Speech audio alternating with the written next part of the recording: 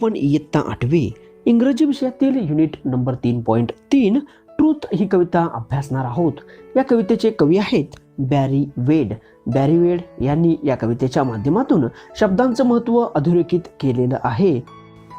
शब्द हे शस्त्रासारखे अतिशय घातक असून आपण बोलत असताना काळजीपूर्वक विचार करून बोलले पाहिजे, असे कवी या कवितेच्या माध्यमातून आपल्याला सांगत आहेत। ट्रूथ म्हणजे सत्य। पहिला स्टांजा पाहूयात। Sticks and stones. स्टिक्स म्हणजे काठ्या आणि स्टोन्स म्हणजे दगड। May break my bones. Break म्हणजे मोडणे। But words can also hurt me. Hurt म्हणजे दुखापत। Stones and sticks break only skin while words are ghost. Ghost म्हणजे भूत। That haunt me. हंट म्हणजे बघा trouble, worry again and again. Haunt म्हणजे झपाटणे किंवा वारंवार मनात येणे। आता पहिल्या स्टांजाचा अर्थ पाहूयात। Sticks and stones may break my bones but words can also hurt me.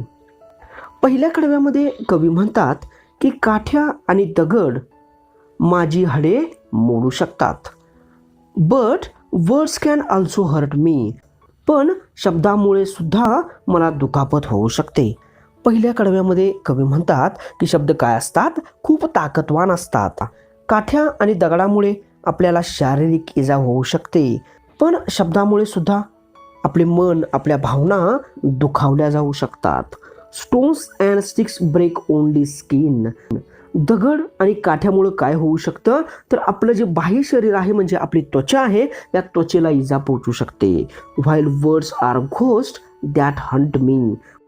पण कवी म्हणतात शब्द हे भूतासारखे असतात आणि शब्द काय करतात तर ते आपल्याला झपाटून टाकतात आणि एखादा शब्द आपल्या मनाला लागला की तो शब्द काय करतो, वारंवार आपल्याला खूप त्रास देतो। नेक्स्ट स्टांजा पाहूया। Slant and curved. स्लॅन्ट म्हणजे lean or slope to one side म्हणजे काय तर तिरकस असणे किंवा तिरकस दृष्टिकोन।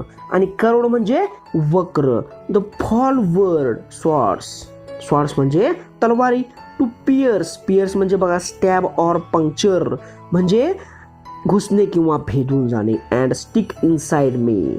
Bats and bricks may act through my bones but words can mortify me. Mortify म्हणजे make one feel ashamed and embarrassed म्हणजे बघा पान उतारा करणे किंवा भावना दुखावणे। आता दुसऱ्या स्टांजाचा अर्थ पाहूयात, कवी काय म्हणतात इथं। Slant and curved the forward swords to pierce and stick inside me. दुसऱ्या कडव्यामध्ये कवी म्हणतात शब्द कसे असतात तर तलवारीसारखे तिरकस आणि धारदार असतात। आपल्या मनाला ते भेदू शकतात, भेदून जाऊ शकतात, आपल्या मनावरती खोलवर आघात करू शकतात। आणि एखादा शब्द जर आपल्या मनाला लागला तर तो शब्द काय होतो तर आपल्या मनामध्ये तसाच राहतो आणि नेहमी आपल्याला त्रास देतो। Bats and bricks may act through bones but words can mortify me. पुढं कवी म्हणतात की लाकडी फळे असेल, विटा असतील, यामुळे आपल्या हाडांना वेदना होऊ शकतात। म्हणजेच फक्त आपल्या बाह्य शरीराला यामुळे वेदना होऊ शकतात। पण कुणीतरी तुमचा पान उतारा केला असेल, तुमचा अपमान केला असेल तर मात्र ते शब्द काय होतात, कायमस्वरूपी तुमच्या मनात राहतात। कायमस्वरूपी त्याची सल तुमच्या मनामध्ये राहते। ते शब्द नेहमी तुम्हाला त्रास देत राहतात। शेवटचा स्टांजा पाहूयात। Pain from words has left its scar. Scar means mark left by a wound म्हणजे व्रण। On mind and hurt that's tender. Cuts and bruises now have healed. Bruises म्हणजे injuries. Cuts on the skin म्हणजे खोक किंवा जखम। आणि healed म्हणजे बरे होणे। It's words that I remember. मित्रांनो, या स्टांजाचा अर्थ पाहूयात। Pain from words has left its scar on mind and hurt that tender. आणि शब्दामुळे झालेल्या ज्या वेदना आहेत त्या वेदनेचे किंवा त्या जखमेचे व्रण आपल्या नाजूक मनावरती आणि आपल्या नाजूक हृदयावरती कायमस्वरूपी तसेच राहतात। Cuts and bruises now have healed. कवी पुढे म्हणतात की शरीराला झालेली जी शारीरिक जखम होती, जी इजा होती, ती आता बरी झालेली आहे. It's words that I remember.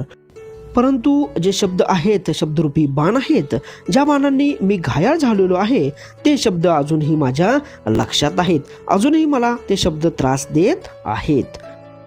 शस्त्रामुळे होणाऱ्या जखमेपेक्षा शब्दामुळे होणारी जी जखम असते ती खूप घातक असते. म्हणून या कवितेच्या माध्यमातून कवी बॅरी वेड यांनी आपल्याला बोलत असताना काळजीपूर्वक व विचारपूर्वक बोलले पाहिजे. तसेच पुढच्या व्यक्तीचे आपल्या बोलण्यामुळे मन दुखावणार नाही याची काळजी घेतली पाहिजे हे सांगत आहेत. अशा पद्धतीने विद्यार्थी मित्रांनो, आज आपण इयत्ता 8वी इंग्रजी विषयातील युनिट नंबर 3.3 ट्रूथ ही कविता अभ्यासलेली आहे. तुम्हाला व्हिडिओ आवडला असेल तर लाईक करा, शेअर करा आणि आपल्या चॅनलला अजून सबस्क्राईब केलं नसेल तर सबस्क्राईब करा.